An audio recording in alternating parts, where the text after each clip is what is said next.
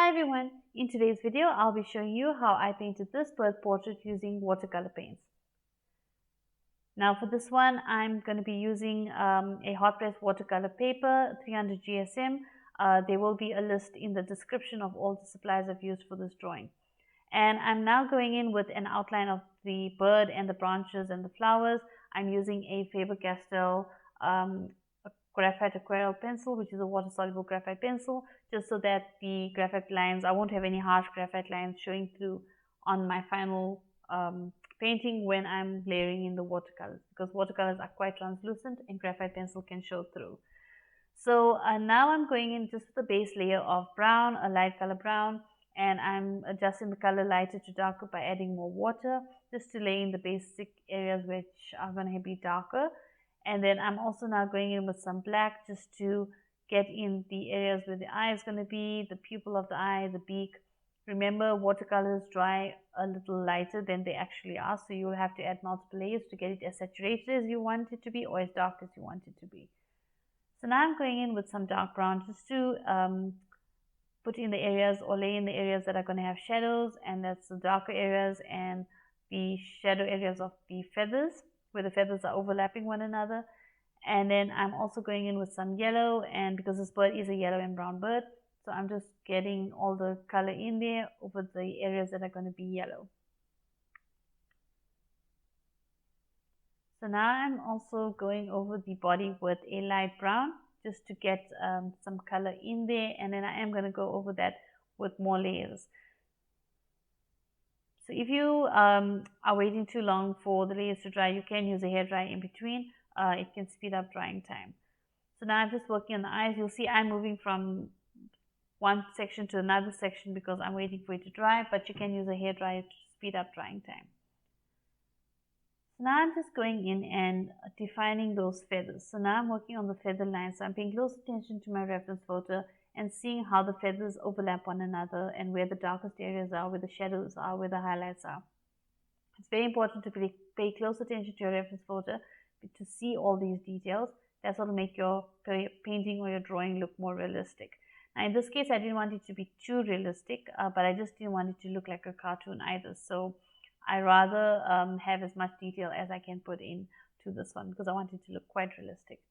So now I'm going in with some darker browns just to define those feather areas and the shadow areas and the darker areas of the bird's feathers.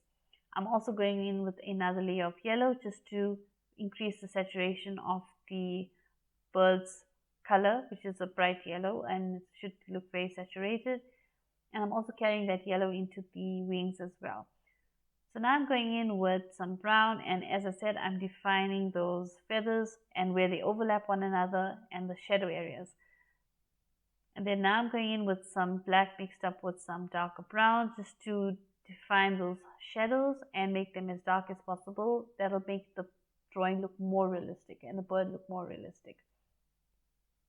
So you may be afraid to go too dark, but sometimes the darker color that you apply, whether it's a darker brown or a black, I prefer to mix the color and not have a plain black for the shadows on the body or on the feathers, but that's what makes the painting or your drawing look more realistic, by adding those dark areas. So don't be afraid to go a little dark on those areas, but remember to retain your highlights. Okay, so you can see now I'm going into the branches and I'm just layering in some color onto the branches. And I'm back adding more shadows. That just makes it more three-dimensional. And also I'm working on the highlight in the eye where the light is hitting the bird's eye.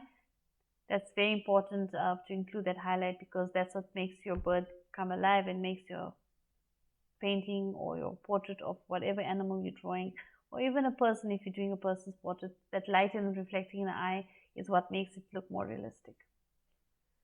So in this reference photo that I used, the flowers were not the focal point, so they did not have that much detail in it. So I also did not want to put too much focus on the flowers. I wanted the viewer's eye to be drawn to the bird.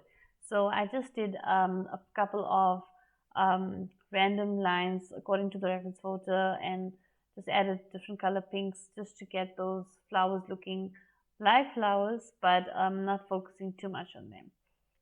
So now I'm going in with the background. Now I'm going to be blending in some blue and some purples, and then it's going to go to pinks. Now when you're doing this sort of blending for background, make sure your brush has a lot of water in it and your paints are mixed with a lot of water.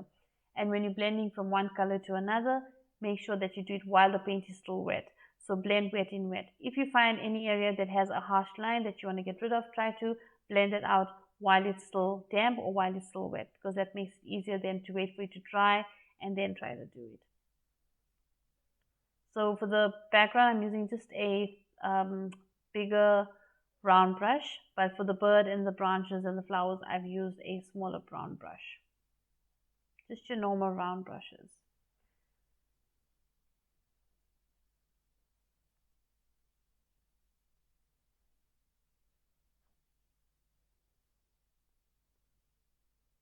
So now I'm just going in and adding some more details to the petals of the flowers, just to make them stand out a bit more and make them look more brighter and saturated. So I guess that's it for this video. Thank you so much for watching.